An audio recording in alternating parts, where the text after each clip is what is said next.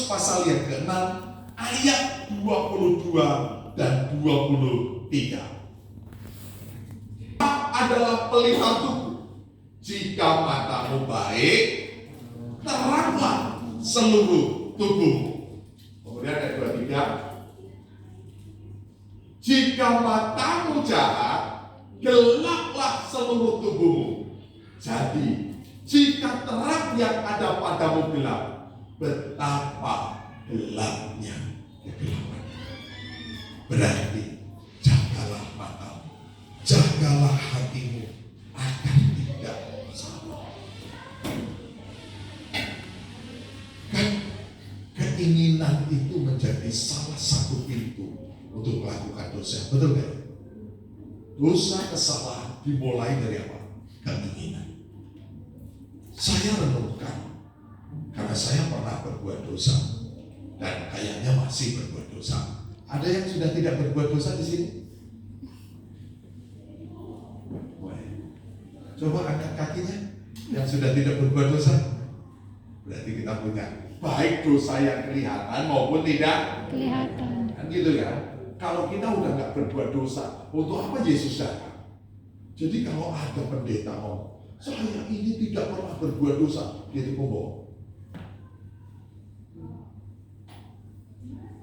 Sekali lagi, kalau ada pendeta bilang, saya itu tidak pernah berbuat dosa, saya itu hidup kudus, gak pernah berbuat dosa, dia itu pembohong besar. Setuju nggak? Saya tanya, siapa yang setuju katanya? 1 Yohanes 1 ayat 8. Coba kita baca sama-sama. 1. Jika kita berkata bahwa kita tidak berdosa, maka kita menipu diri kita sendiri dan kebenaran tidak ada di dalam kita. Alkitab berkata, kesalehan kita itu seperti kain kotor. Kekudusan kita itu seperti kain kotor. Artinya ini, setiap kita hari ini ke gereja, betul kan? Itu kan. Motivasinya apa? Ada yang menyembah, ada yang biar aku sehat,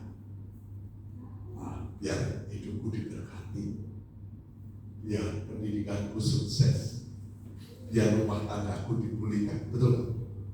Apapun yang kita kerjakan, bahkan kebaikan yang kita kerjakan, selalu ada motivasi di dalam hidup kita. Itu yang disebut sebagai kesalehan kita, seperti kain kotor. Kita berbuat baik sama orang, kenapa? Siapa tahu nanti kita lagi susah, kita juga ditolong, betul nggak? Betul. Dan itu kan dosa-dosa yang tidak kelihatan, setuju ya? Saudara, persembahan kenapa? Kita tadi masukkan persembahan kenapa?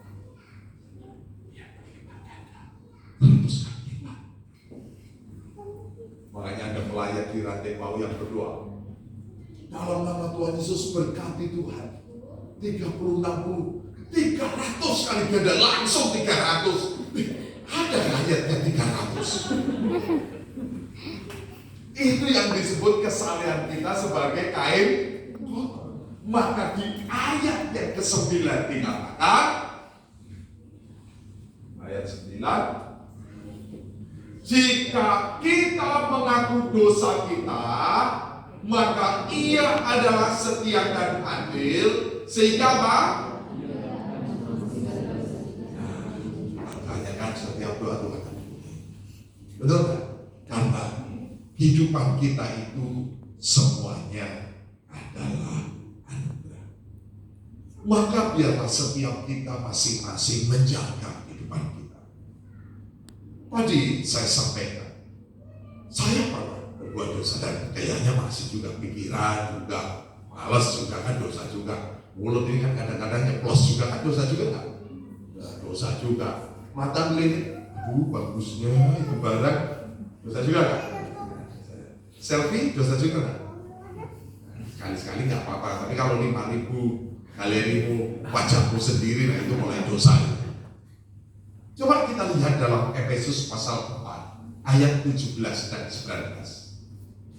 Efesus 4 pasal 4 ayat 17. Proses seseorang berbuat dosa sebenarnya bisa di stop di situ. Yang pertama, Alkitab berkata, jangan hidup lagi sama seperti orang-orang yang apa? Tidak mengenal Allah dengan apa? Pikirannya yang sia-sia. Jadi proses pertama, langkah pertama seseorang berbuat dosa, pikirannya sia-sia. Apapun itu, berarti pikiran. Makanya Alkitab berkata, keselamatan itu dapat apa? Ketopong, helm.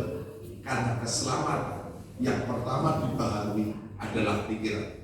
Baharuilah budi, baharuilah pikiran. Metanoia, itulah keselamatan. Jadi yang pertama sebenarnya bisa kita cegah, yaitu pikiran. Langkah kedua, orang berbuat dosa. Ayat 18.